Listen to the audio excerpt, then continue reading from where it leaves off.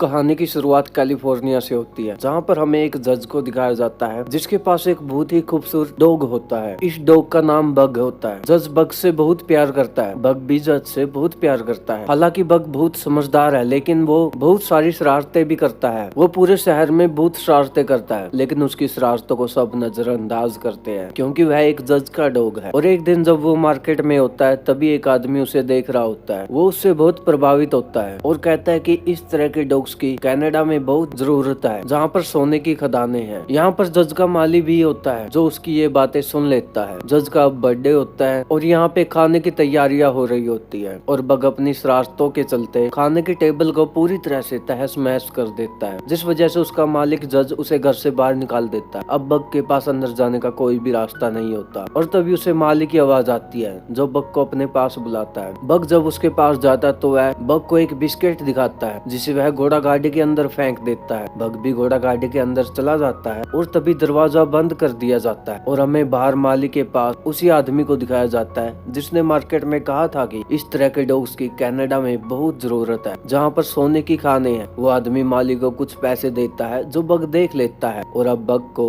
एक बॉक्स के अंदर बंद करके ट्रेन से एक दूसरी जगह पर ले जाया जाता है। और तभी वहाँ पर एक आदमी आता है जिसके हाथ में एक डंडा होता है। वो बग के बॉक्स को खोलता है। बग वहाँ से भागने की कोशिश करता है, लेकिन वो बग को मारकर वहीं पर गिरा देता है। बग को पहली बार जिंदगी में किसी ने मारा, लेकिन बग किसी तरह से यहाँ से भागकर बाहर चला जाता है। और जब वो बाहर जाकर देखता है तो वह देखता है कि वह एक समुद्री जहाज के ऊपर है। चारों तरफ समुद्र है, यानी कि वो चाहकर भी यहाँ से नहीं जा सकता। अभी जहाज एक किनारे पर रुकता है, जो जगह बहुत ही ज्यादा ठंडी होती है। बग को यहाँ से नीचे उतारा जाता है, तभी बर्फ गिरने शुरू हो जाती है, जिसे देखकर बग पूरी तरह से हैरान होता है क्योंकि उसने पहली बार जिंदगी में बर्फ देखी होती है। वो बर्फ में खेलना शुरू कर देता है और उसे मौका मिलते ही वह अपनी रस्सी छुड़ाकर यहाँ से भाग जाता है। और जब वो भाग रहा होता है तभी वो एक आदमी से टकराता है जिसका नाम होता है जॉन। और यहाँ पर जॉन और बग पहली बार एक दूसरे को देख रहे होते हैं। इसके बाद बग को पकड़ लिया जाता है और उसे बाकी डॉग्स के साथ बेचने के लिए रखा जाता है। तभी वहाँ पर एक आदमी आता है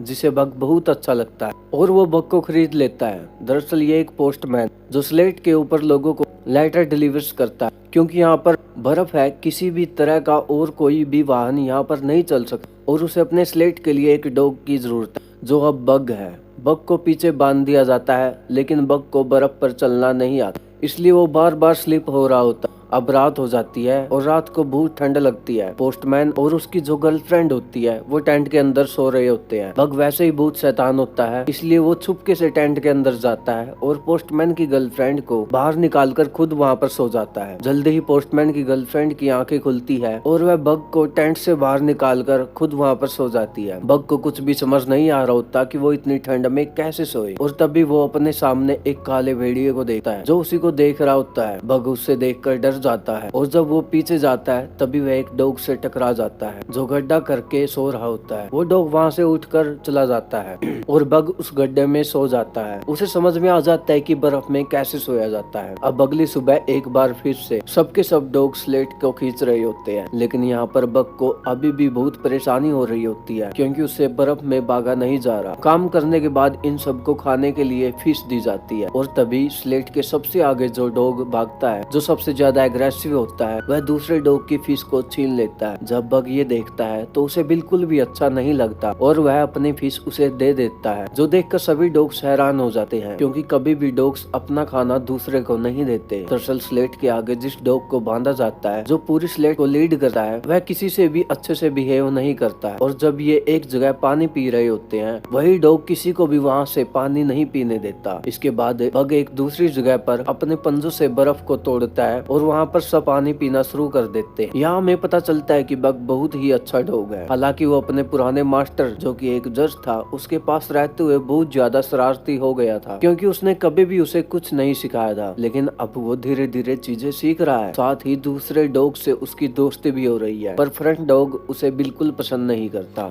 अब जैसे जैसे वक्त बीतता है बग को बर्फ में भागना आ जाता है और एक दिन जब पोस्टमैन की गर्लफ्रेंड बर्फ को चेक कर रही होती है तो वो अचानक से बर्फ के नीचे पानी के अंदर गिर जाती है। पोस्टमैन उसे बचाने के लिए भागता है, लेकिन बग उससे पहले वहां पर पहुंचकर पोस्टमैन की गर्लफ्रेंड को पानी से बाहर निकालकर उसकी जान बचा लेता है। इसके बाद पोस्टमैन की गर्लफ्रेंड, जिसे बग ने सबसे पहले टेंट से बाहर निकालकर खुद उसकी जगह पर सो गया था, वो बग को पसंद करना शुरू कर देती है। साथ ही वो उसे खाना भी खिलाती है, जो देखकर फ्रंट डॉग, जो बग से बहुत ज्यादा नफरत करता है, पूरी तरह से गुस्से में आ जाता है। रात को बग एक खरगोश के साथ खेला करता था और आज भी जब वो उसके साथ खेल रहा होता है तभी वहाँ पर फ्रंट डॉग आ जाता है और वो उस खरगोश को मार देता है। इसके बाद वो बग के ऊपर भी हमला करता है, जिससे बग बेहोश हो जाता है। पर इससे पहले कि वो बग को मारता, यहाँ पर वही काला भेड़िया आ जाता है, जो बार बार बग को दिखता है और वह उस फ्रंट डॉग को ऊपर चट्टान से नीचे फेंक देता है। अगली सुबह दिखाया जाता है कि पोस्टमैन अपने फ्रंट डॉग को बुला रहा होता है, लेकिन वो कहीं भी नहीं होता, इसलिए आज बग को फ्रंट पर बांधा जाता है। इसके बाद बग बहुत तेज और बहुत अच्छी तरह से भागता है और यह देखकर पोस्टमैन और उसकी गर्लफ्रेंड बहुत ज्यादा खुश हो जाते हैं। और तभी पोस्टमैन देखता है कि ऊपर से बहुत सारी बर्फ नीचे की तरफ आ रही होती है, जिससे इन सब की जान जा सकती है। बग भी ये देख रहा होता है। पोस्टमैन उसे कहता है कि तुम्हें लेफ्ट जाना होगा और वह लेफ्ट का इशारा भी करता है।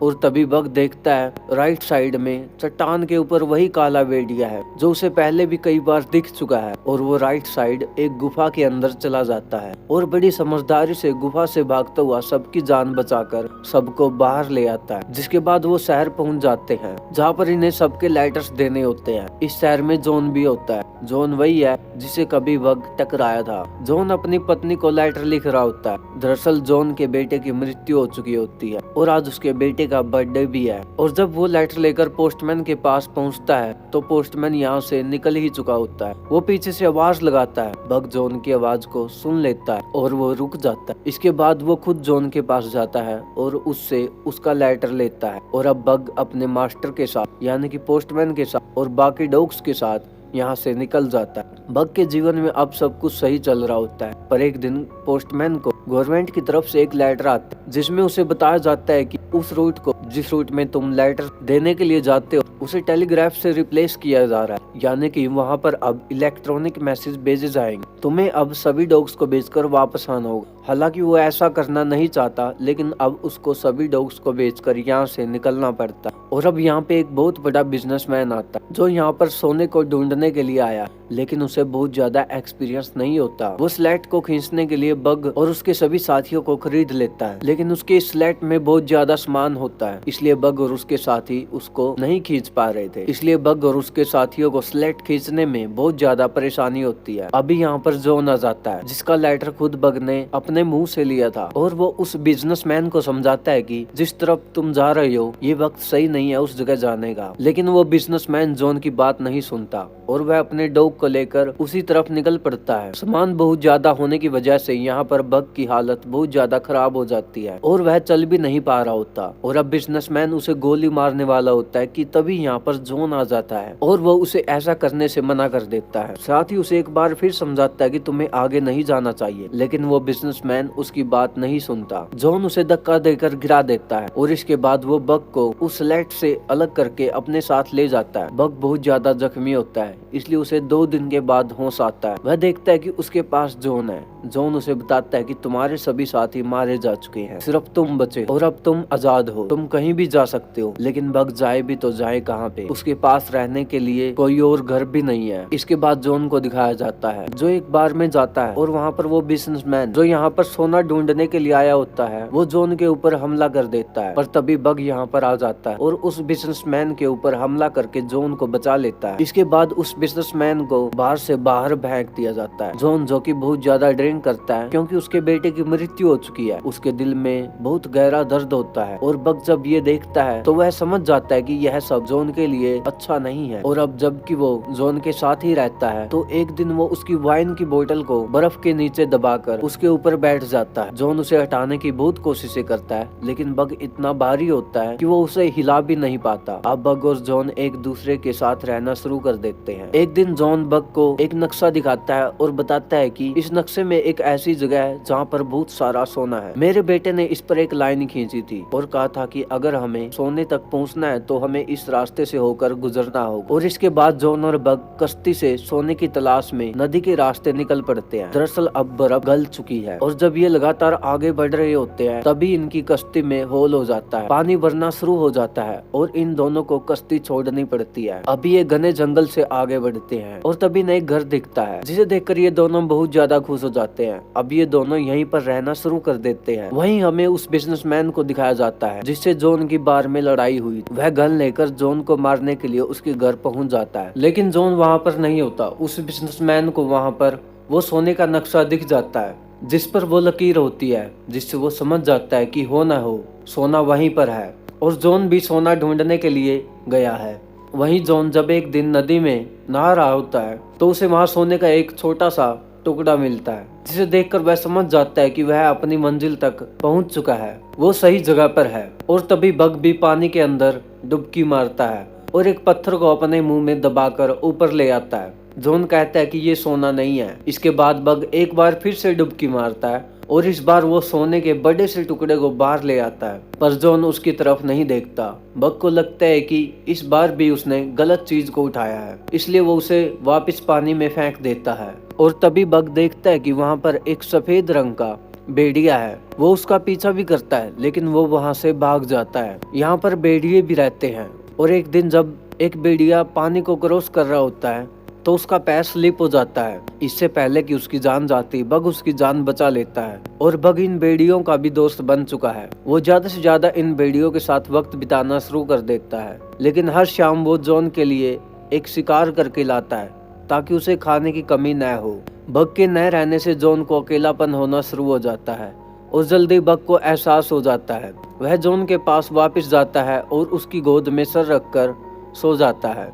और अगली सुबह जब सफेद भेड़िया वहां पर आती है तो एक बार फिर से बग उसके पास चला जाता है। दरअसल बग उसके साथ रहकर बहुत ज्यादा खुश है। जॉन को भी इस बात का एहसास हो जाता है कि बग को उसका परिवार मिल चुका है। जॉन ने अब तक यहाँ पर बहुत सारा सोना इकट्ठा कर लिया होता है, लेकिन सोने के बड़े बड़े टुकड़े वो वापस पानी की नदी में फेंक देता है और कुछ सोना अपने पास बचा लेता है। वो बग को कहता है कि तुम मेरे सच्चे दोस्त हो, तुम्हें तुम्हारा परिवार मिल चुका है, कल सुबह मैं यहाँ से चला जाऊंगा। बग को ये सुनकर बिल्कुल भी अच्छा नहीं लगता। वो उदास हो जाता है और वापस वो उन भेड़ियों के पास अपने दोस्तों के पास चला जाता है।